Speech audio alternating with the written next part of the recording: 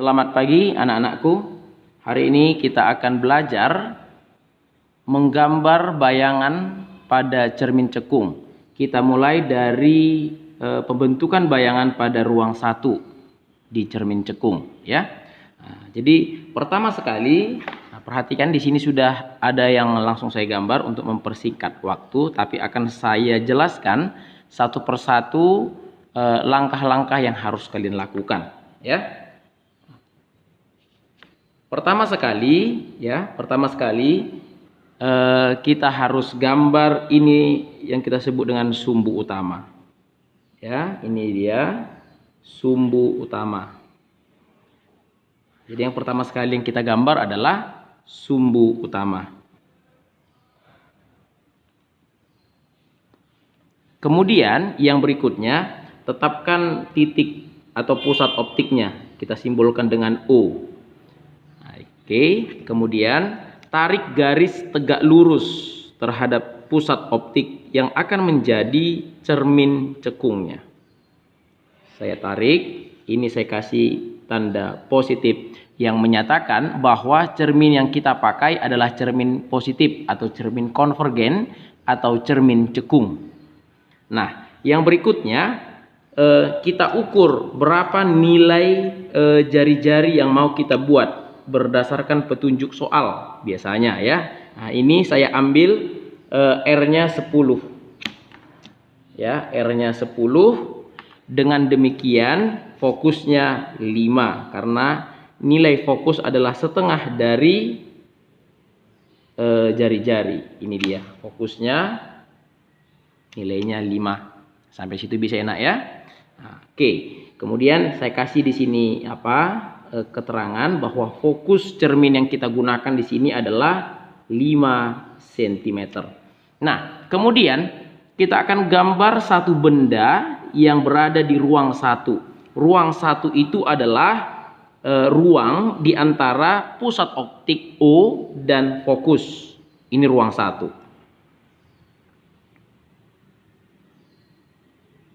Sedangkan ruang 2 itu adalah ruang yang terletak antara fokus dan jari-jari atau pusat kelengkungan. Ini dibilang ruang 2. Sedangkan di belakang R, ya, itulah yang kita sebut dengan ruang 3. Dan di belakang cermin inilah kita sebut dengan ruang 4. Oke? Bisa enak, ya? Nah, ruang 1 yang diminta di sini adalah ruang 1. Katakanlah benda ini saya letakkan 3 cm dari cermin. Nah, cerminnya kan ini, nak, diukur dari sini 3 cm. Berarti saya tulis di sini DO sama dengan 3 cm. Ya. Nah, 3 cm saya ukur tinggi bayangannya 3 cm. Ya, diusahakan tegak lurus terhadap sumbu utama. Inilah yang kita sebut dengan objek atau benda. Nah, untuk menggambarkan bayangan pada cermin cekung, kita gunakan sinar-sinar istimewanya untuk menentukan di mana letak titik bayangan, ya. Nah, jadi mari kita lihat. Saya akan gambar sinar datangnya dengan pulpen warna merah, ya. Dan sinar pantulnya dengan pulpen warna hijau. Nah, mari kita gambarkan yang pertama. Sinar datang sejajar sumbu utama. Ini dia, sejajar sumbu utama. Jadi perlu diperhatikan, sinar datang ini harus kita gambarkan tepat melalui ujung benda. Inilah dia sinar datangnya.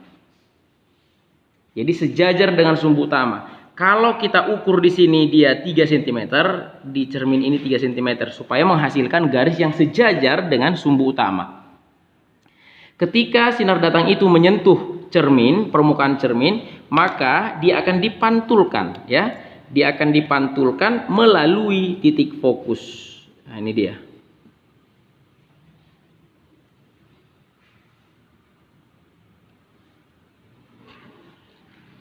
Nah, ini sinar pantul yang pertama. Kemudian, mari kita lanjutkan dengan sinar istimewa yang kedua. Sinar istimewa yang kedua adalah sinar datang melalui titik fokus. Ini dia. Sinar datangnya melalui titik fokus. Ingat ya nak ya, dia harus melalui ujung benda. Karena tujuan kita adalah untuk mencari bayangan bendanya. Ini sinarnya datang melalui titik fokus.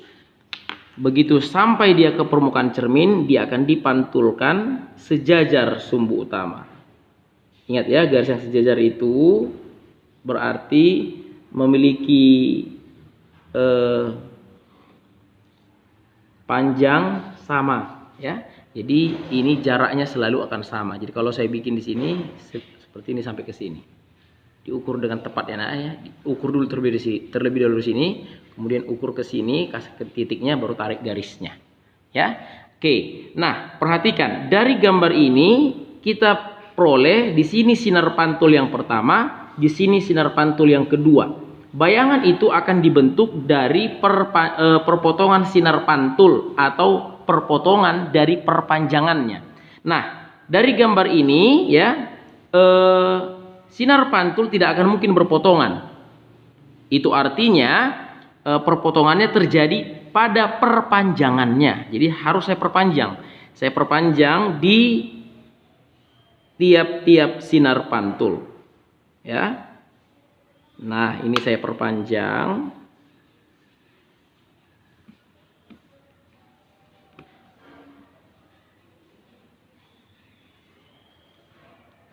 Ini juga saya perpanjang yang kedua.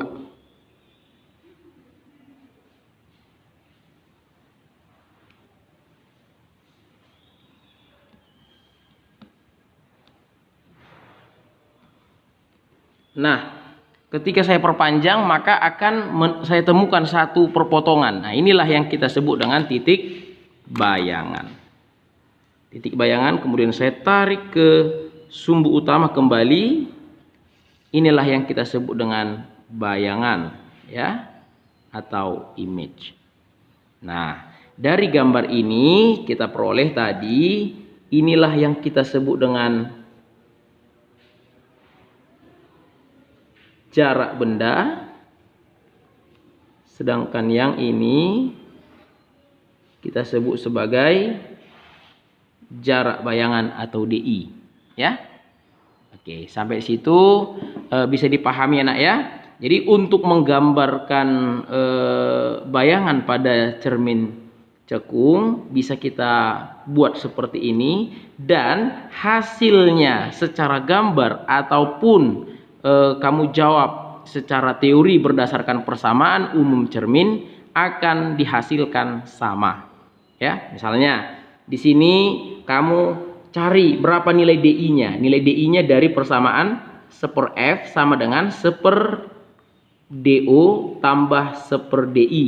Kan begitu. Nah, 1/F-nya berarti 1/5 itu sama dengan 1/3 tambah 1/DI. Kan gitu ya nak ya. Itu artinya 1/DI sama dengan 1/5 kurang 1/3. Oke. Nah, dengan demikian kita samakan penyebutnya. 5 dengan 3 itu 15. 15 bagi 5, 3 kali 1, 3. Kurang 15 bagi 3, 5 kali 1, 5. Berarti ini 3 kurang 5 itu minus 2/15. Yang sama dengan 1/DI. Dengan demikian DI sama dengan, kita balik aja nak ya, minus 15/2. Atau DI-nya minus 7,5. Tanda minus itu menyatakan bahwa letak bayangan itu berada di belakang cermin.